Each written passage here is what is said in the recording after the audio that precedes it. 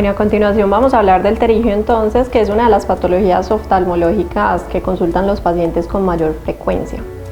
Vamos a empezar entonces por responder qué es el terigio, que es una de las principales dudas que tienen los pacientes al momento de consultar, la inquietud de si lo que tengo es o no es un terigio. Básicamente un terigio corresponde entonces al crecimiento de la capa más superficial del ojo en su porción anterior, que se llama la conjuntiva. Y ese terigio es básicamente un crecimiento, una redundancia de esa conjuntiva que va a ir a invadir la capa transparente que queda adyacente a la conjuntiva y se denomina la córnea. ¿Qué síntomas va a generar este terigio? En primer lugar, el paciente va a empezar a notar que en su porción nasal o temporal va a aparecer como una masa o una lesión que es rojiza. Es como nosotros llamamos este tipo de lesiones, que es como una lesión eritematosa e inflamada, y que finalmente el paciente va a notar en mayor o menor proporción que invade la córnea, como les mencionaba, que es la estructura adyacente.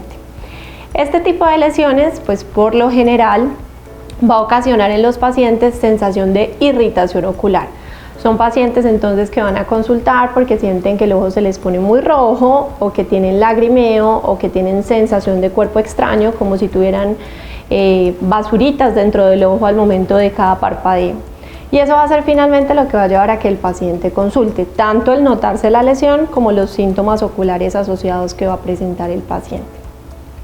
Entonces muchas veces nos preguntan si esto es grave, si no es grave, si hay que operarlo, si no hay que operarlo, e incluso muchos de los pacientes llegan ya utilizando algún tipo de medicamento que pues, se automedicaron o que alguien más previamente les había enviado. Entonces, primero que todo, es importantísimo saber por qué ocurre el terigio. El terigio en general pues, puede ocurrir en cualquier persona, puede ocurrir en jóvenes, puede ocurrir en personas más adultas, y la teoría es que la exposición de esta zona, debido a la presencia de los párpados a los rayos ultravioleta, es pues, como la mayor exposición que vamos a tener en el ojo a este tipo de radiación. Y finalmente, ese tipo de radiación ultravioleta lleva a que las células de la conjuntiva tengan un comportamiento diferente y puedan formar este tejido redundante, que es lo que se denomina el terigio.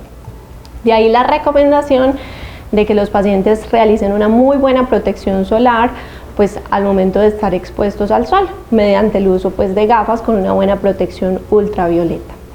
Eso es básicamente lo único que se puede hacer para prevenir el terigio, porque indudablemente sí va a ser mucho mayor en aquellos pacientes pues, que tienen condiciones de trabajo o condiciones de vida con alta exposición solar o alta exposición a rayos ultravioleta. Ahora, como les mencionaba, muchísimos pacientes llegan ya recibiendo algún tipo de tratamiento. ¿Cuál es el tratamiento ideal para un terigio? Entonces, cuando hablamos de gotas, en realidad no hay una gota en sí que vaya a hacer que el terigio desaparezca. Esto es un tejido que se formó y solamente con gotas pues no vamos a lograr desaparecerlo. La lubricación ocular indudablemente es muy importante porque va a ayudar de dos formas. Una, a mantener la superficie ocular lubricada, y dos, a evitar que muchos de los síntomas que va a presentar el paciente en consecuencia a la presencia de este terigio sean aliviados en mayor o en menor proporción. Entonces, el uso de lubricantes oculares pues, son nuestros aliados en muchísimas ocasiones para mejorar esa sensación de lagrimeo, de cuerpo extraño. Y en muchas ocasiones también cuando el paciente acude al oftalmólogo y observamos que este pues, terigio está muy inflamado, vamos a optar por administrar algunos ciclos de antiinflamatorios, que en este caso sí deben ser siempre formulados por un oftalmólogo y no deben ser automedicados por el paciente. Hay una categoría de medicamentos muy especiales y que con frecuencia los pacientes utilizan, por lo general automedicados, ¿cierto? Y son los medicamentos vasoconstrictores. ¿Esto qué es? Básicamente el típico medicamento para poner el ojo blanco, ¿cierto? Que el paciente en muchas ocasiones le pregunta pues, a sus familiares o conocidos: se me está poniendo mucho el ojo rojo, necesito una gota para poner el ojo más blanco y que no esté tan enrojecido. Este tipo de medicamentos tienen un gran inconveniente, es que lo único que van a hacer en realidad es hacer que los vasitos que están inflamados y que hacen parte de ese tejido conjuntival sufran pues, cierto grado de vasoconstricción, como su nombre lo dice, y el ojo se note un poco más blanco. Pero son medicamentos que no se recomiendan como un medicamento para utilizar de forma crónica, porque en realidad solo se está mejorando el enrojecimiento por este mecanismo y cuando el paciente empieza a utilizar de forma crónica el medicamento se vuelve supremamente dependiente del medicamento y tiene un gran problema, y es que al suspenderlo esos vasos se dilatan nuevamente y tienen lo que denominamos un efecto de rebote. Entonces el enrojecimiento posterior a la suspensión de estos medicamentos puede ser incluso mucho peor. Ahora vamos a hablar un poco entonces de los posibles tratamientos que tenemos para el pterigio, además de las gotas que les acabo de mencionar. En cuanto al tratamiento para el pterigio cuando es un pterigio grande, sintomático, que ya está invadiendo de forma importante la córnea, es principalmente quirúrgico, es decir, como mencionaba previamente, no hay una gota mágica que nos desaparezca el pterigio. Sí hay gotas que nos ayudan a desinflamarlo, pero no hay gotas mágicas que ayuden a desaparecerlo.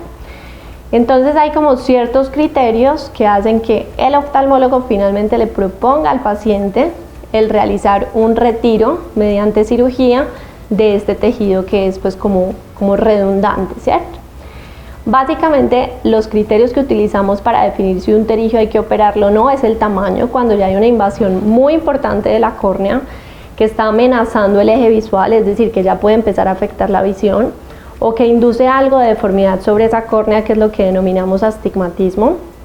Son criterios pues para optar por un tratamiento quirúrgico.